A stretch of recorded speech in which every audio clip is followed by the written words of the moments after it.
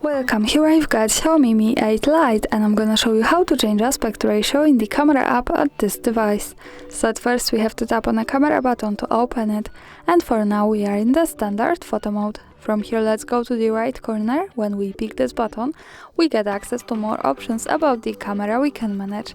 Now let's go to the left side to the settings to open the advanced camera options, and from here we have to slide a little bit down and find the camera frame option.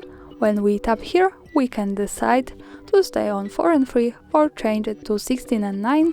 So let me change this to show you the difference, and let's move back to the camera. Now as you can see the background has changed to the longer one, so this is how 16:9 ratio looks like. Of course, to go back to 4:3 we have to tap again to the right corner button here, then to the left settings, slide a little bit down, pick the camera frame and pick 4:3. So to remind you, this is how it looks like. And that's all. Thanks for watching, subscribe our channel and leave the thumbs up.